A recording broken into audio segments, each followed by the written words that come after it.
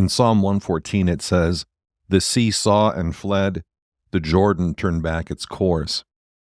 This, at one level, relates to the Exodus out of Egypt, when the Red Sea parts to allow the Israelites to pass through it, and then the same thing happens at the River Jordan so that the Israelites can enter into the Promised Land.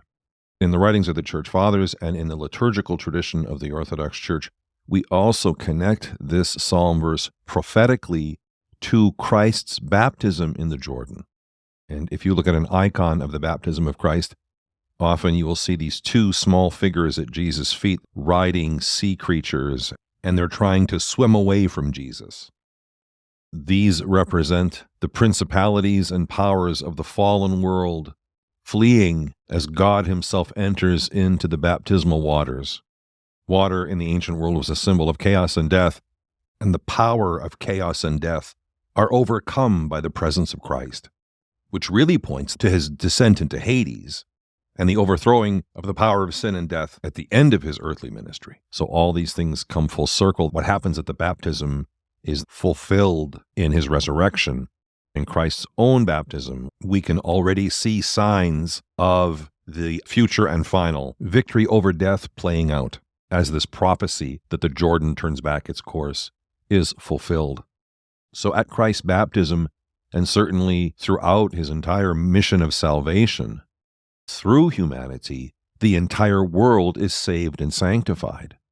We see this at the Nativity, that the entire world responds to Christ's birth, the angels, the shepherds, the animals. And so again, all of creation responds to Christ being baptized in the River Jordan. And there's this other interesting thing about the water changing its course when Christ is baptized in the Jordan. Water runs from higher to lower ground, so water descends. But when Christ enters into the water, its course becomes an ascent. The water changing its course is really the entire movement of the cosmos, and especially the lives of us human beings. In Christ, our lives no longer need to be downward spirals, fall after fall, but they are able to be, through Christ, an ascent to the kingdom.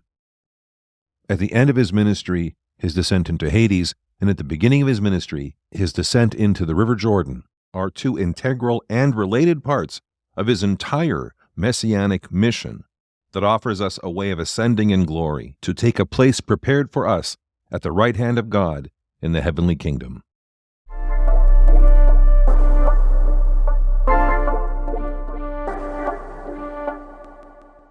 Thanks for listening to this episode of my podcast.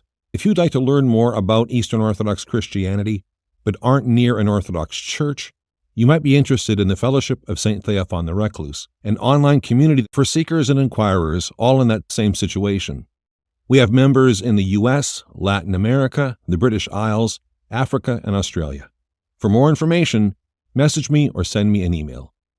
Until next time, take care, and God bless.